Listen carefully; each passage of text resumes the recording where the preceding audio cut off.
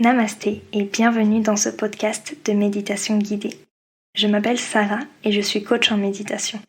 À travers ce podcast, je souhaite te guider à aligner ton énergie et tes émotions à travers la méditation, afin que ton sourire et ton bien-être rayonnent dans ton cœur et autour de toi.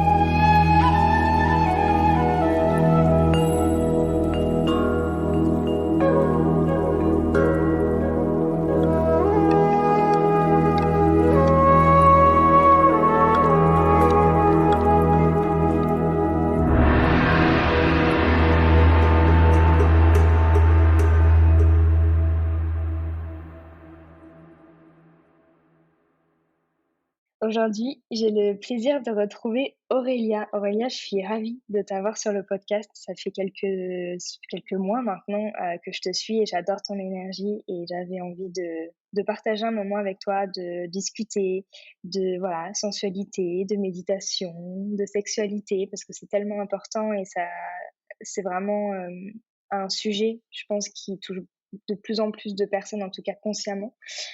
Du coup, on en parlait il y a quelques minutes. Tu es entrepreneur, guide, tu guides les femmes à se reconnecter à leur corps, à leur sensualité, à leur pouvoir aussi intérieur, à leur pouvoir sacré. Je te laisserai te présenter avec tout ce que tu fais. Mais moi, en tout cas, c'est comme ça que je te vois, en tout cas, avec une énergie très yin, dans le flow. Enfin, voilà, je te trouve très belle. Tu es une très belle âme et je suis vraiment contente de t'avoir ici sur le podcast. Comment vas-tu? Mmh. Merci beaucoup, pour ces mots. Merci à toi aussi, du coup, de me proposer, de m'avoir proposé de participer à ton podcast. C'est une belle expérience, je pense. Je parle pas beaucoup de méditation, effectivement, mais c'est vrai que la méditation, ça a un impact énorme ou un impact, en tout cas, très positif sur la reconnexion à son corps, sur le plaisir aussi. Donc voilà, ça va être super intéressant. J'ai aussi hâte de savoir un peu toi, comment tu vois les choses. Bah oui. Donc voilà. Trop bien. Et je vais très bien, du coup, pour répondre à ta question. Très, très bien, un peu stressée, comme je te le disais tout à l'heure, mais ça va être Oui, super. non, ne t'inquiète pas, ça se passe bien. Généralement, les invités du podcast vont très bien jusqu'à la fin et on passe un très bon moment. Donc, ne t'inquiète pas. Du coup, ouais, tu parlais de méditation. Comment, toi, ça t'est venu dans ta vie déjà la méditation? Comment cette pratique est arrivée dans ta vie? Alors, est-ce que déjà je pratique la méditation? C'est une bonne question. Non, je la pratique. Je la pratique de manière, consciente, on va dire. De manière consciente et je pense que c'est vachement relié aussi un peu à mon histoire et à ce que je fais, également aujourd'hui. Pourquoi? Parce que, tout simplement j'avais ce besoin moi personnellement de reconnexion à mon corps, de par un peu tout ce qui s'est produit dans ma vie, les événements que j'ai pu, voilà subir ou, je dirais peut-être pas subir, mais que j'ai pu expérimenter par rapport à mon corps essentiellement et c'est vrai que quand j'ai commencé la méditation comme on a l'habitude, heu, de la pratiquer ou ce qu'on imagine pouvoir faire, donc rester assis, sortir de son esprit et se laisser aller, c'était pas forcément quelque chose qui me correspondait. J'étais contente quand je faisais des petites sessions, genre 5 minutes, mais j'arrivais pas à dépasser ça et j'avais pas envie, de le subir non plus et j'ai commencé en fait tout doucement à faire, et à laisser mon corps, j'ai envie de dire, s'exprimer et faire, ce qu'il avait besoin, c'est-à-dire de s'étirer. C'est tout bête, hein, mais je mettais, de la musique dans mes oreilles, des musiques assez douces, heu et puis je bougeais. Je bougeais en m'étirant, en essayant de ressentir un peu, qu'est-ce qui se passe? Sans forcément le conscientiser, mais me dire: «Voilà, là, c» enfin, je me le disais pas, mais si effectivement je sentais que c'était un peu trop, tendu, mon corps était pas assez mobile, je m'arrêtais, je restais quelques minutes dans cette position, je respirais, je bougeais, vraiment tout en étant à chaque fois complètement, connectée et j'ai envie de dire, voilà, suivre quelque part le flow de mon corps, ce que j'avais besoin, ce que j'avais envie, voilà, d'étirer, de rajouter de l'espace et cetera. Donc bizarrement, je passais parfois, ouais 30-40-50 minutes, 1 heure d'étirements comme ça avec une petite playlist ultra douce et je me rendais pas forcément compte tout de suite que c'était malgré tout un état méditatif. C'est par la suite que voilà, ça a été un peu comme une illumination. «Ah, bah là je médite quoi. Je pense à rien, je suis juste avec mon corps, avec moi et en plus je me fais du bien. Je suis contente à la fin». Enfin voilà. Voilà un peu comment je pratique en tout cas aujourd'hui, encore aujourd'hui la méditation.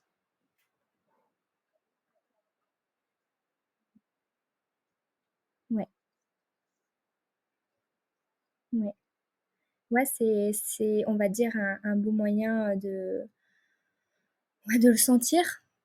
C'est un peu comme bon après j peut-être parce qu'effectivement je suis à la base coach sportif enfin voilà de métier, j'aimais, tout ce qui est proprioception, essayer de ressentir mes muscles et cetera. Donc là peut-être que j'avais aussi besoin de ressentir mon muscle mais, à l'effet inverse, sentir mon corps vivant, s'étirer, prendre de l'espace et vraiment cette notion de le sentir quoi. Sentir ce qui se passe à l'intérieur. Et qu'est-ce que ça t'a permis du coup, de comprendre en toi? De D'être en état méditatif avec le corps, avec le flow, dans le mouvement, qu'est-ce que ça t'a permis en tout cas de connecter avec toi-même? Comment tu as vécu en tout cas cette reconnexion avec toi-même? Ça a pas été la seule reconnexion que j'ai entrepris en tout cas, ces derniers mois, ces dernières années, mais ça m'a permis quelque part de me dire: «OK, méditer c'est important». C'est important forcément pour, notre corps physique, donc les hormones, voilà ralentir le rythme cardiaque et cetera. C'est un impact très, très, très, très positif sur notre, voilà, pour vivre, pleinement et vivre, en bonne santé. Mais il y a quand même justement cet aspect, quelque part de ce qu'on voit à l'extérieur de la méditation qui est, heu, connexion à la spiritualité, connexion à quelque chose au-dessus de nous, quelque chose au-dessus de notre tête, quelque chose, voilà, de beaucoup plus grand, de beaucoup plus intense, qui est très, très vrai aussi. Je pense qu'avoir la conscience de quelque chose de plus grand que nous et avoir cette connexion à ce qui nous entoure est très, très important. Connexion à l'univers, connexion à, voilà, ce qui se passe vraiment au-dessus de nous. Mais à la fois, on est quand même incarné dans ce corps-là, on est quand même dans cette vie-là et et je trouvais ça, assez important d'associer les 2 et de se dire: «OK, OK, j'ai cette conscience-là, j'arrive aussi à voilà, à respirer, à me calmer, voilà, à observer l'univers, à observer pas mal de choses, mais à quoi me sert mon corps aujourd'hui?» quelque part. Pas à quoi me sert-il, mais pourquoi le mettre de côté? Pourquoi le mettre de côté? Pourquoi voilà, aujourd'hui mon corps il fait partie de cette incarnation-là, il a des choses à m'apporter aussi. Il me permet quelque part de ressentir encore une fois, là où j'ai des petites tensions, des choses toutes bêtes, hein, au niveau du dos, voilà, des petites douleurs par-ci, par-là et c'est aussi un bon moyen plutôt que d'enfuir ces douleurs-là, de les observer, quelque part de les accepter, de faire en sorte que ça aille mieux aussi.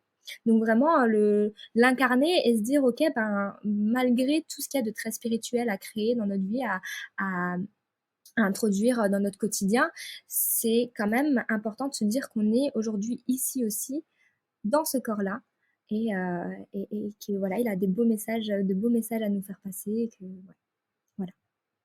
Je sais pas si c'était clair? Ouais, je suis entièrement non, c'est très clair, je suis entièrement d'accord avec toi.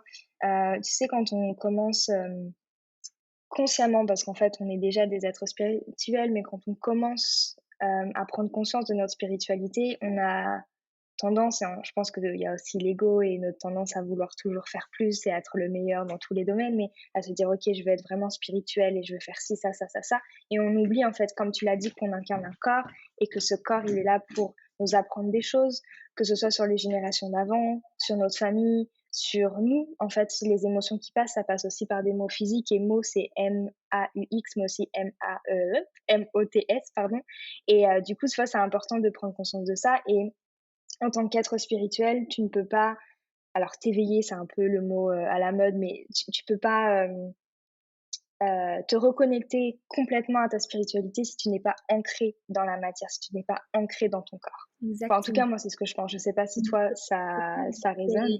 J'ai jamais mis mes mots, en tout cas posé les mots sur effectivement cet ancrage-là dans la matière, mais ça fait vraiment sens. Ouais. C'est un beau résumé finalement de tout ce que je viens d'expliquer dans mes sentiments, dans mes ressentis, l'ancrage dans la matière. Ouais.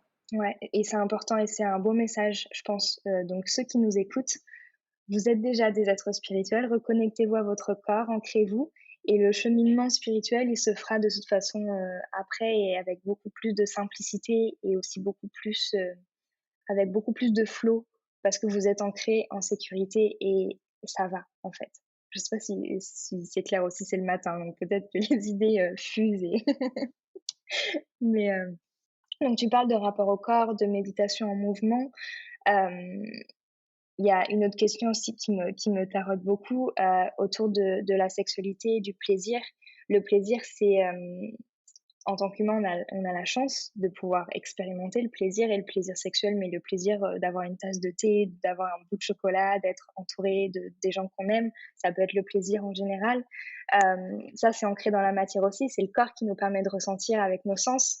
Comment, comment pourquoi et comment tu as voulu du coup, accompagner les femmes justement à se reconnecter à leur corps, à leur plaisir, à leur sexualité? C'est un sujet on pourrait parler de ça des heures, je pense, mais c'est un sujet qui est tellement important et qui a été tabou, pendant très, très, très longtemps. Donc je trouve ça vraiment inspirant que tu puisses, guider les femmes en tout cas à se reconnecter à ça. C'est très beau. Bah, ouais, j'espère en tout cas que quelque part ça permet à beaucoup de femmes d'accepter cette partie-là. Pour répondre à la question, c'est pas forcément, de par la méditation que j'en suis arrivée à là. J'en suis arrivée à la méditation parce que j'avais effectivement, ce besoin d'être plus heureuse, ce besoin d'être plus calme, ce besoin d'être plus consciente. Mais je pense que ce chemin-là, je l'ai emprunté puisque je devais avoir, effectivement beaucoup pas de problèmes à ce niveau-là, mais voilà, je m'autorisais pas beaucoup de choses. Hem, J'avais vraiment cette envie, dans ma vie en général, qu'on me voit, qu'on m'aime, que en par pour voilà, par rapport à mes partenaires, hein, qu'ils m'aiment, pas forcément pour, mon aspect, charnel, mais plutôt, pour, voilà, le fait de me sentir, aimée. J'avais besoin de cette sensation d'être aimée et quelque part, j'ai vraiment beaucoup mis de côté, moi, dans ma vie, de femme, de jeune femme aussi, cet aspect, très sexuel. Donc quelque part, je ne m'autorisais pas. Je voilà, j'étais connectée à beaucoup de choses, c'est que quelque part, c'était vraiment, bah, pour m'autoriser à vivre une vie de femme quelque part et m'autoriser à être femme, plus une enfant, plus une jeune fille et découvrir aussi cet aspect-là, de la vie qui est quelque part très importante, pour soi, hein, pas forcément, avec son partenaire aussi évidemment, mais en tout cas, ne pas renier certaines parties de son corps, retrouver aussi justement, la capacité qu'on a que notre corps a, cette capacité sensorielle, on va dire, autant au niveau, du toucher, des plaisirs physiques qui forcément sont aussi, des plaisirs orgasmiques, mais ça peut être justement les petits plaisirs des massages, des choses qui sont très, très simples et qui nous font du bien, qui nous font aussi quelque part nous aimer. Parce que je le dis assez souvent, comment ce moment où voilà, on se touche, on se fait du bien, on pense pas à se dire, «Je m'aime pas». J'aime pas mon corps, je m'aime pas. Non, au contraire, c'est des moments où on se sent bien, on se sent quelque part peut-être belle, on s'aime quoi. On aime que ça nous fasse du bien. La méditation, ça m'a pas aidée, à premier abord, on va dire. Ça je ne suis pas allée dans la méditation pour ça, je suis allée dans la méditation pour trouver un équilibre. Finalement, l'équilibre s'est retrouvé bah, j'ai eu besoin de cette reconnexion au corps, au plaisir, à l'acceptation, l'autorisation et évidemment, la méditation, ça a aidé aussi. Ça a aidé puisque voilà, heu, il y a tous les aspects bénéfiques de la méditation, ce moment où on va prendre un temps pour soi, ce moment où on accepte de ralentir. C'est des moments parfois où on va aussi travailler sur sa respiration, la respiration qui est automatiquement, heu, ben, elle est super importante même dans la sexualité, dans la réception du plaisir. Heu, ouais, c'est des choses qui ont pas fait sens tout de suite, mais petit à petit, qui se sont, voilà, implantées dans ma manière de faire, ma manière de vivre et aussi ce que j'essaye d'apporter dans mes coachings. également. Donc la méditation, oui, oui, c'est aujourd'hui primordial. J'ai créé, ben, justement une formation, sur la pratique des yeux-de-yoni, qui a justement pour objectif cette reconnexion au corps. Évidemment la santé physique avec un périnée assez tonique, pas trop tonique non plus, enfin l'équilibre périnéal, mais surtout cette reconnexion, cette autorisation, cette acceptation et il y a beaucoup, beaucoup de méditation dedans. Et voilà, j'y avais même pas forcément, pensé, mais c'est vrai que j'ai des méditations de reconnexion au corps, méditation de connexion, justement, une 1re connexion avec son œuf, méditation, voilà, de massage, particulier, enfin, c'est tout sous forme à chaque fois de méditation. Ouais, et puis ça, c'est quelque chose que tu fais en conscience. J'avais lu un livre, c'était quoi? Les 4 voies chamaniques, de Ghislaine Duboc, qui est juste une femme incroyable. Elle a une sagesse, cette femme, à chaque fois, ça me waouh! Et du coup, dans ce livre, je crois que c'était les dernières pages, elle parle de plaisir sexuel et elle dit: «Est-ce que tu t'es déjà demandé quand, tu es avec ton partenaire ou avec toi-même, hein, parce que du coup, sexualité, c'est pas que avec quelqu'un, mais c'est aussi avec soi. Est-ce que tu t'es déjà demandé des fois quand tu es trop dans tes pensées à ce moment-là, de te dire: "Où sont placées mes mains? Où est placé mon plaisir?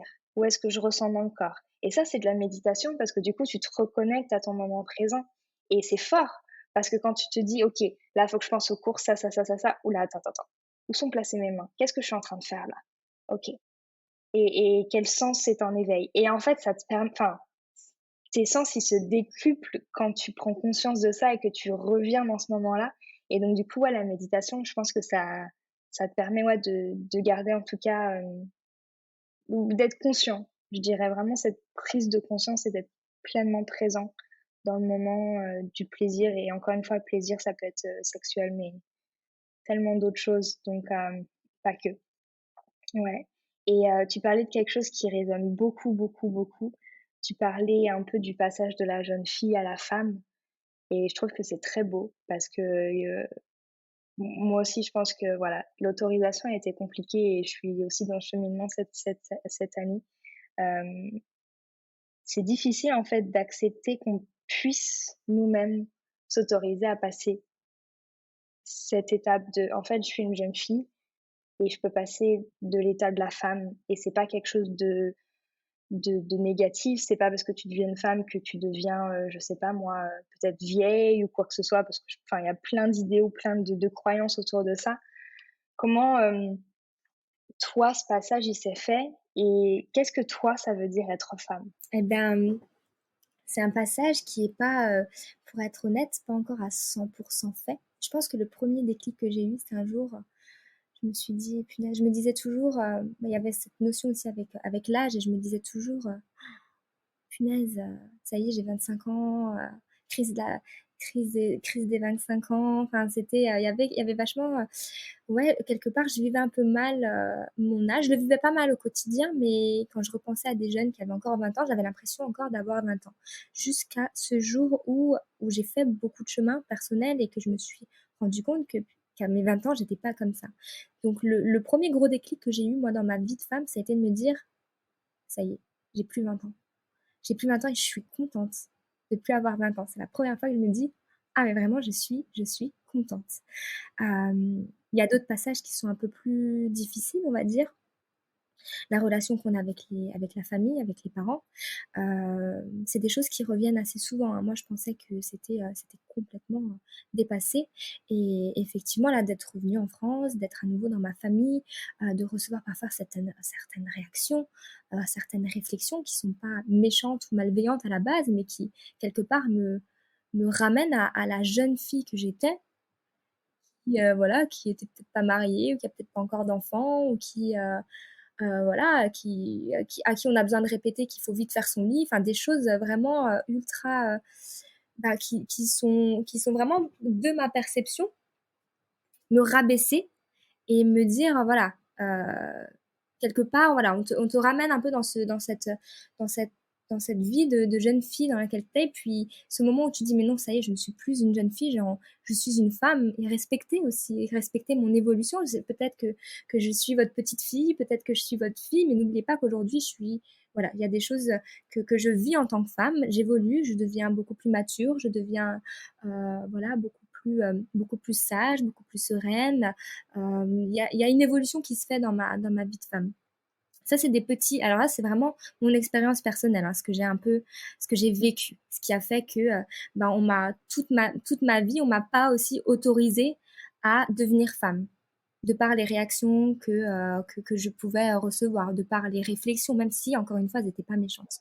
Hem, il y a voilà, il y a plein d'autres aspects et je pense que n'importe qui peut se reconnaître dedans. Forcément, heu, ne pas être en couple. Certaines personnes qui ne sont pas en couple ne peuvent pas forcément se sentir femmes puisqu'elles ne vivent pas peut-être, ben, cette vie de femme, au foyer ou même cette vie parce que moi personnellement je vis pas une vie de femme au foyer, mais cette vie où on prend soin de quelqu'un, où on a de l'empathie pour l'autre, on a de la compassion, pour notre famille, pour le foyer qu'on est en train de construire. Ça aussi, ça peut être un gros frein quelque part à se sentir femme. Donc voilà, c'est vraiment tout ce qui est relié pour moi à la féminité, au corps de la femme et surtout à l'essence de la femme. Et on en revient du coup à ta deuxième question qui était qu'est-ce que c'est finalement être une femme? Qu'est-ce que c'est pour moi être femme? C'est assez vaste, c'est assez vaste être femme, mais c'est quelque part profiter aussi, de tout, ce que notre corps peut nous générer. Puisque on est une personne, on est sur cette terre, on est une âme qui est venue s'incarner dans un corps de femme. Donc automatiquement, il y a aussi cette relation et cette liaison au corps. Donc qu'est-ce que notre corps finalement nous génère? Qu'est-ce que c'est être femme? C'est autoriser, ressentir, vivre avec tout ce que notre corps nous apporte. Il y a le cycle menstruel, le cycle féminin, qui est un guide incroyable. Franchement, en tant que femme, je n'aurais pas aimé je n'aurais pas aimé être un homme. Je pense qu'aujourd'hui, je suis tellement heureuse d'avoir ce cycle, de me comprendre et de le suivre et d'être au clair, d'être OK avec mes variations de motivation, avec mes variations d'hormones, avec mes variations voilà, d'émotions. Et ça, il y a que, le corps d'une femme qui peut créer cela. Donc, qu'est-ce que c'est être une femme? C'est être sensible aussi à ce que notre corps nous apporte dans les variations d'émotions, dans les variations hormonales qui créent justement des variations de motivation, d'émotions, etc. Et aussi tout ce qui est relié à, à la compassion, à la créativité, à voilà ce qu'on voit un peu partout en ce moment par rapport au féminin sacré, etc. Il y a un autre plaisir qui est quand même assez incroyable, même s'il peut être douloureux, c'est justement de créer la vie pendant très très longtemps. Et là, c'est très récent hein, ce que je vais te dire aujourd'hui, mais pendant très longtemps, pour moi, c'était impossible d'avoir un enfant. Je me sentais pas prête. Tu sais, cette sensation de se dire, oh, si je tombe enceinte, mon Dieu, pire chose qui peut se passer dans ma vie, ou alors, voilà, je suis pas prête. Et inconsciemment, de penser comme ça, bah, je rabaissais encore à cette jeune fille qui peut pas aujourd'hui créer la vie, qui n'en est pas capable, qui n'est pas femme. Mais ça veut pas forcément dire qu'il faut le faire, qu'on est obligé de le faire.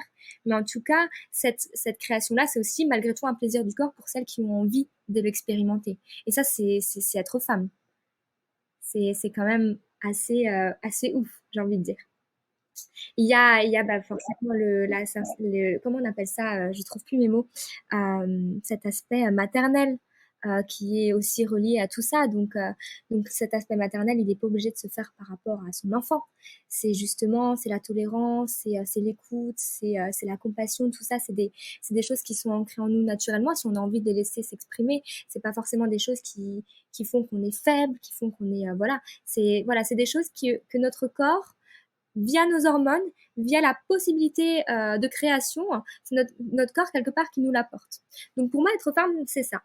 C'est s'autoriser au final tous les plaisirs que notre corps nous apporte. C'est aussi s'autoriser tous les plaisirs que aujourd'hui notre corps dans cette société nous apporte.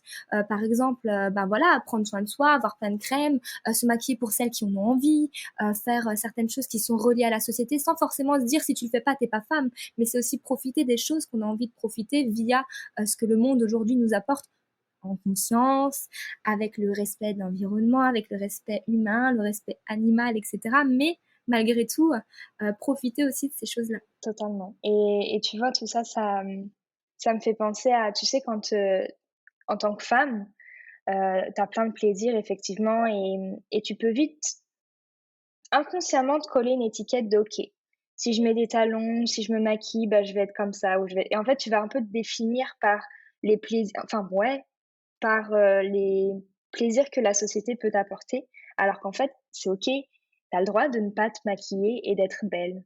Tu as le droit de te maquiller et de te trouver belle aussi et tu as le droit d'avoir des talons, de pas en avoir ou de mettre de la lingerie sexy ou d'avoir des petites culottes, petits bateaux, tu vois? On s'en moque, tant que tu es bien avec toi-même, en fait, tu vois? Exactement, c'est un peu ce que le monde définit, enfin, le monde définit la féminité, comme, justement profiter de ce que la société nous apporte. Pour moi, je le vois vraiment comme, être femme a un plaisir de femme, mais c'est propre à chacune. C'est vraiment propre à chacune et il faut pas non plus diaboliser celles qui le font et qui aiment ça et à la fois, il faut ouais, il faut être OK, au clair avec le fait que c'est une possibilité. Si tu aimes ça, il y a des personnes qui n'aiment pas du tout, qui ne se sentent, pas spécialement femmes, qui se sentent, pantins, qui se sentent, voilà, pas femmes du tout et voilà, c'est je pense propre à notre évolution à chacune, propre à nos besoins du moment et voilà, on a toutes et tous des besoins parfois qui sont en fonction de certains traumatismes, certaines blessures ou des choses qu'il faut améliorer dans notre vie, enfin pour notre âme. Mais voilà, si c'est passé à travers certaines choses qui nous font du bien, qui sont reliées à la société, pourquoi pas? Et peut-être que Et c'est dans OK 2 ans, ça aussi. changera. Mmh. Donc ouais, Ouais, on a le droit de changer d'avis et je pense que c'est une des libertés aussi en tant que femme et même en tant qu'homme qu'on peut s'accorder, c'est on a le droit de changer d'avis et c'est OK. Et il faut l'accepter en fait, tu vois? Des fois, on est tellement, on reste collé à des principes ou à des valeurs ou à OK, quand j'avais, 5 ans, je disais que je voulais pas d'enfants et ben j'en aurais jamais dans ma vie et cetera, enfin, je donne l'exemple des enfants, mais ça peut être vraiment, n'importe quoi et au final, on a le droit de changer d'avis comme tu l'as dit, tu vois? Enfin, c'est on est cyclique et je pense qu'on l'oublie aussi qu'on est cyclique, qu'on est en mouvement, que nos émotions, elles changent, toutes les minutes, que notre corps change avec notre cycle menstruel et cetera et même les hommes ont un cycle qui est plus court, je crois, c'est à la journée ou quelque chose comme ça, si je me trompe pas. C'est ça, ouais, c'est en 24 heures, c'est un peu comme le cycle quelque part c'est ça. du soleil, quoi. Donc du coup, je pense, voilà, se reconnecter à son corps, et puis je pense que la méditation, ça aide justement à tout ça, à se reconnecter à son corps, à ces plaisirs-là, à, donner ou en tout cas à se créer l'espace pour accueillir et s'autoriser et Et comme tu l'as dit, tu peux méditer assise, tu peux méditer avec ton œuf de yoni, tu peux méditer en mouvement si tu as besoin d'être en mouvement et du coup de laisser ton corps s'exprimer. Et, et encore une fois, c'est selon toi, selon tes besoins, tes ressentis du moment et c'est ça qui est beau en fait, de pouvoir s'écouter et de pouvoir faire ce qui te plaît à ce moment-là. Exactement et quelque part, la méditation, c'est encore une fois, s'apporter un moment de calme, un moment de douceur. Et, ce moment-là de calme, de douceur n'est pas forcément calme et doux, mais peut-être qui te permet aussi de recevoir certains messages, de recevoir certaines choses qu'on a besoin de recevoir, d'entendre à ce moment-là. Et voilà, mais voilà, euh, prendre une pause et recevoir tout ce dont on a besoin de recevoir, positif, négatif, euh, agréable, désagréable, et voilà. Mmh. J'aime beaucoup ce que tu dis et je conseille à toutes les personnes qui nous écoutent de vivre un moment de plaisir, alors sexuel ou juste d'un automassage, d'un moment où on prend soin de soi, de le faire en conscience, de le faire en état un peu méditatif. Vous allez voir que l'expérience est totalement différente et les sens se décuplent et c'est un moment qu'on se donne et pas un moment qu'on subit. J'ai l'impression que du coup, on se l'accorde beaucoup plus et on se donne l'espace pour l'accueillir et ça change vraiment tout, quoi. Donc essayez. Mettez une petite en plus sur Spotify, il y a plein de playlists, genre, moi, c'est généralement quand, je fais ma petite séance avec l'œuvre de Yoni, je mets une playlist, c'est, Sexual Meditation et en fait, c'est des ondes, des fréquences bien particulières qui vont du coup activer, alors je sais pas, certaines choses peut-être dans le corps, et c'est assez fort. Donc voilà, il y a plein d'outils et comme tu l'as dit, la société nous offre plein d'outils pour pouvoir nous reconnecter à nous et il faut aussi, bah, voilà, en tant qu'humain qu'on puisse, en profiter, quoi. Exactement, mais je vais le noter tout de suite parce que je ne Ouais, connaissais pas tu du verras tout. qu'il y en a plein, plein, plein, plein, plein. Mmh. Sexual meditation. Et c'est comme des musiques de méditation, en fait, mais je pense avec des fréquences bien Mmh. particulières et du coup, c'est, c'est très beau. Enfin, tu me diras ce que tu en penses, mais je trouve que ces playlists, elles sont sympas. On Ouais. en reparlera. Ouais, on en reparlera bientôt et j'espère que tu auras des commentaires aussi pour te dire un peu, les expériences que certaines personnes peuvent avoir avec cette astuce. Exactement, parce que tu vois, là, on en parle librement et je pense que c'est important qu'on en parle librement en tant que femme et entre femmes aussi, Mmh. qu'on puisse parler de sexualité librement, de sensualité, de rapport au corps.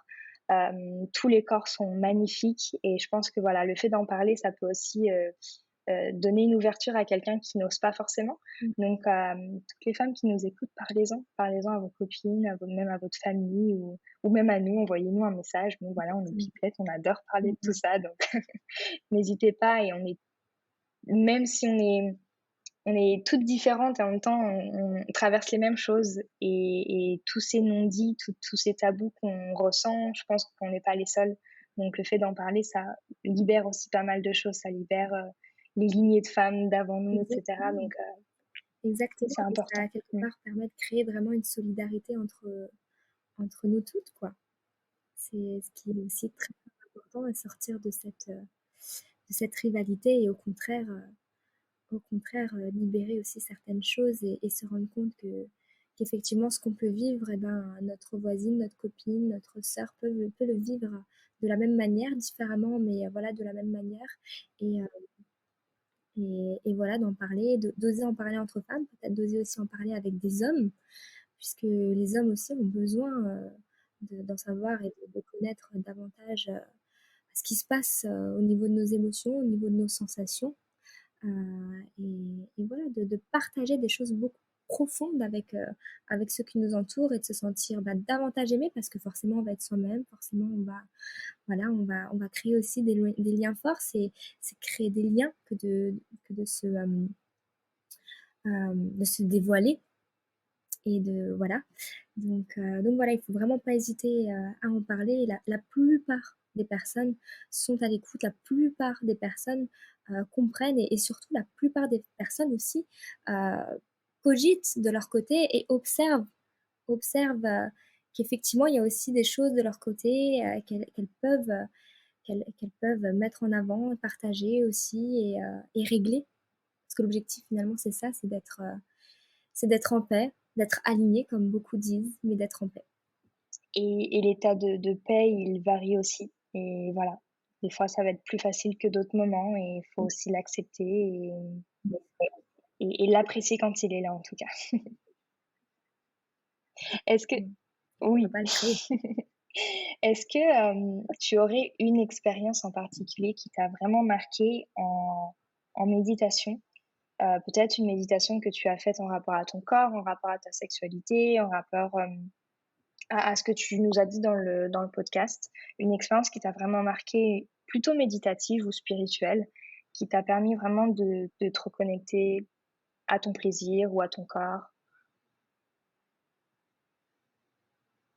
Alors, il y en a eu plusieurs. La première, c'est celle que je vous ai racontée tout à l'heure. Cette sensation de plénitude, justement, et cette sensation bah, de se dire, ah là là, il y a une heure qui est passée, j'ai pas vu le temps passer, c'était incroyable.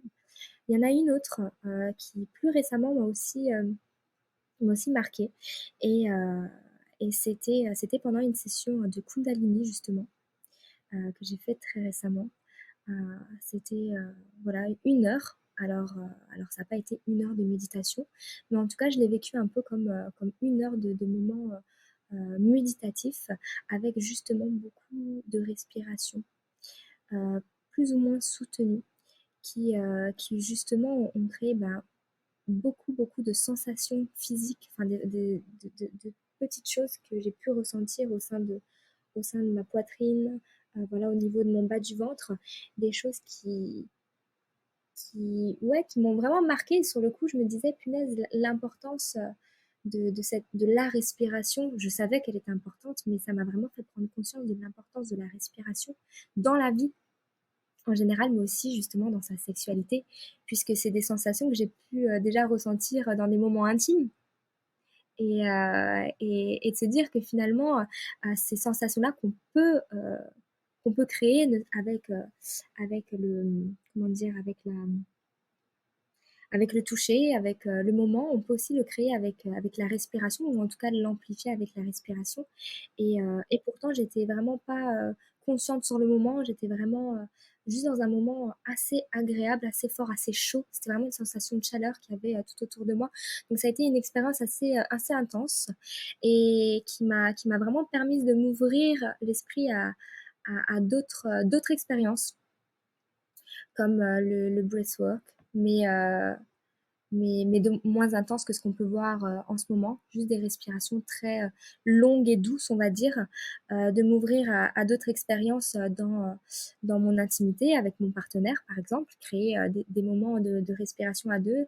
Euh, voilà, ça m'a vraiment fait cogiter un peu et voilà, j'essaye de mettre en place des petites choses qui peuvent me permettre d'expérimenter davantage et peut-être aller chercher un peu plus loin.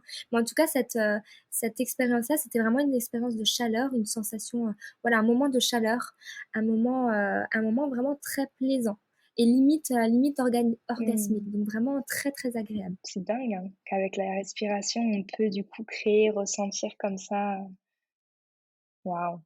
Le c'est ouais, le corps humain est quand même, incroyable et plein de magie.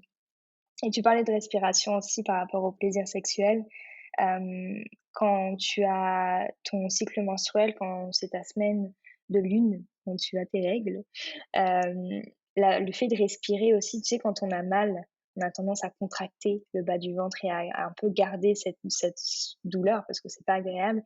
Alors que si tu prends le temps de respirer et d'ouvrir du coup cet espace, la douleur, elle s'atténue aussi. Et donc du coup, voilà, on parle de respiration dans le plaisir sexuel, mais aussi dans le respect de son cycle.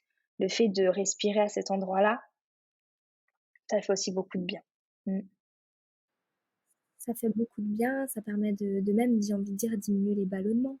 Souvent, voilà, on a envie de contracter le ventre parce qu'on est ballonné et à l'inverse de prendre son temps de respirer à chaque fois, bah, les cycles d'après, on se rend compte qu'on a moins de ballonnements, qu'on est moins tendu au niveau du bas du ventre. Enfin, ouais, il y a beaucoup, ouais, il y a beaucoup de sensations très agréables avec la respiration. Et puis clairement, ça permet d'oxygéner aussi nos cellules.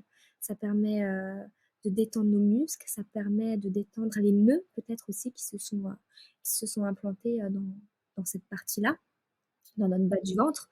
C'est une réflexion que je me suis faite il n'y a pas longtemps, hein. Quand on dit: «Ah, t'as du ventre», c'est négatif. Tu sais, c'est vraiment «Ah, punaise, j'ai du ventre». Mais qu'est-ce qu'on doit dire?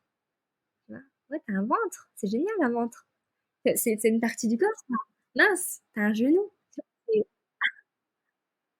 Tout un système à l'intérieur de toi qui c'est ton deuxième cerveau, en fait, et ton ventre, il est là pour, du coup, garder, en fait, cet espace-là. C'est juste dingue et tu crées la vie au niveau du ventre et tu crées tes projets, tu as tes émotions, enfin, c'est dingue. C'est un truc de fou. Aimez votre corps. adorez votre ventre, touchez votre ventre, massez votre ventre. Ouais, connectez-vous à votre ventre, respirez au niveau de votre ventre. Yes. Ouais. Est-ce que tu aurais, Et puis dites-le, j'ai un ventre. J'ai un ventre. On n'ose pas dire j'ai du ventre. Oui, j'ai du ventre. Oui, c'est génial d'avoir un ventre. on va faire une manifestation. J'ai un ventre, j'ai un ventre, j'ai un ventre. J'adore.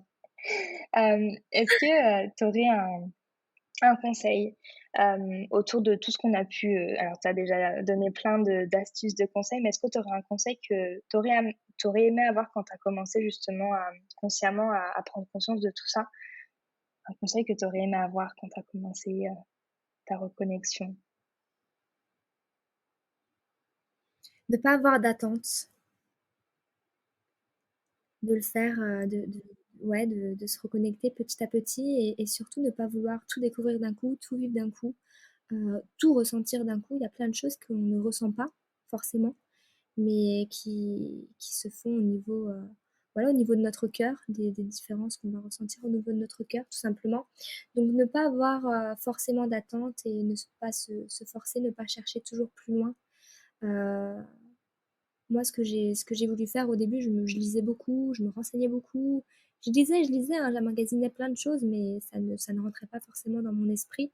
Et c'est vraiment en expérimentant et voilà, en me retrouvant face à certaines situations de stress, par exemple, de me forcer aussi quelque part à ralentir, de me forcer à, ouais, à ralentir et à se dire, ok, c'est pas grave, ça te fait du bien. C'est juste, voilà, au début, peut-être ne pas avoir trop d'attentes et se parler, se dire des choses positives, puisque c'est aussi un des premiers facteurs qui va faire que ça va aller mieux aussi au niveau de notre corps et au niveau de notre évolution, voilà, là, au niveau de l'acceptation. Et voilà. Mais surtout ne pas avoir d'attente. Ça crée plus de stress qu'autre chose finalement.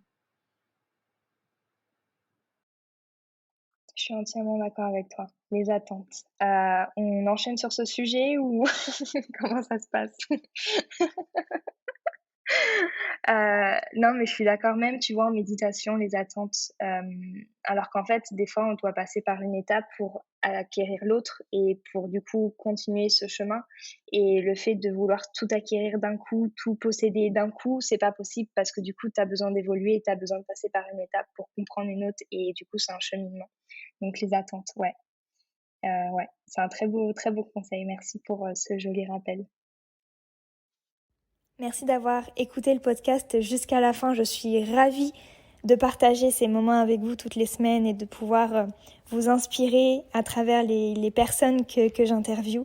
Merci à vous pour votre écoute, votre soutien quotidien. Je vous dis à la semaine prochaine pour un tout nouvel épisode. N'hésitez pas à partager et à écrire un petit commentaire sympa sur le podcast. Je vous dis à la semaine prochaine et je vous fais plein de gros bisous.